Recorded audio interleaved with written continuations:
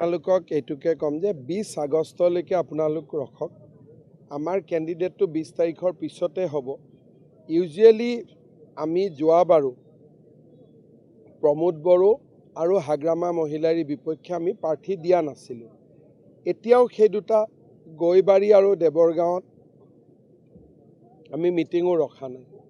গতিকে বাকি 20 তাৰিখ হ'ব দিয়ক গোটেইখিনি সিদ্ধান্ত গম পাব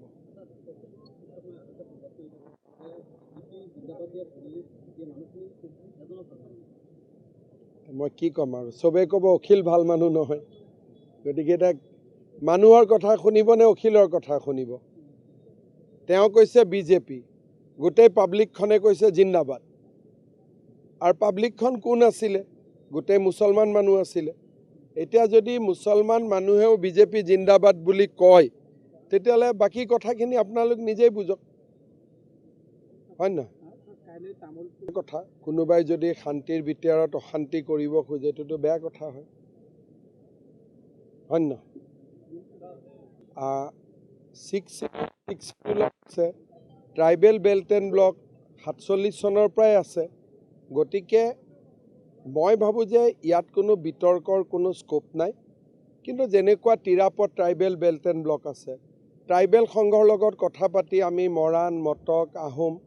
তেওঁলোকে যাতে পট্টা পায় আমি তাৰ ব্যৱস্থা কৰি দিছোঁ তেনেকৈ বালিপাৰা ধেমাজি বহুত কেইটা ট্ৰাইবেল বেল্ট এণ্ড ব্লকত বাকী খিলঞ্জীয়া জনগোষ্ঠীসমূহে যাতে মাটিৰ পট্টা পায়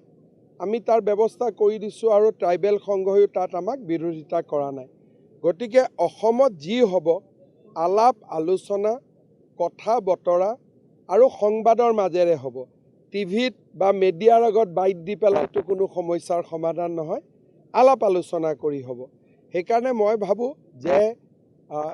ইয়াতে বৰ্তমান ইলেকশ্যনৰ আলোচনা হৈছে আলোচনাটো আমি ডাইভাৰ্ট কৰি বেলেগ ফালে লৈ যাব নালাগে এটা চিটত মই মিটিং কৰিছোঁ ওদালগুৰিত 3টা তামোলপুৰত 3টা 6টা আজি চিৰাঙত 3টা 9টা যোৱাকালি বাক্সাত 2টা 11টা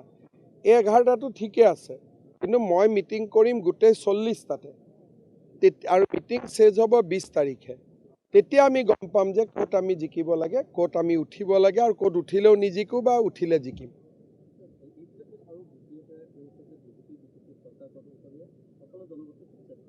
চাওক এটা কথা যে আজি BTCত সকলোৰে হাতত বা মানুহেতো সকলোৱে কৈ আছে যে মাটিৰ পট্টা কাৰো হাতত নাই অকল বিজেপিয়ে কৈ আছে যে আমি মাটিৰ কাগজ দিম বুলি বেলেগ দলেতো কোৱা নাই BPFেও কোৱা নাই যে মাটিৰ কাগজ দিম UPPLেও কোৱা নাই মাটিৰ কাগজ দিম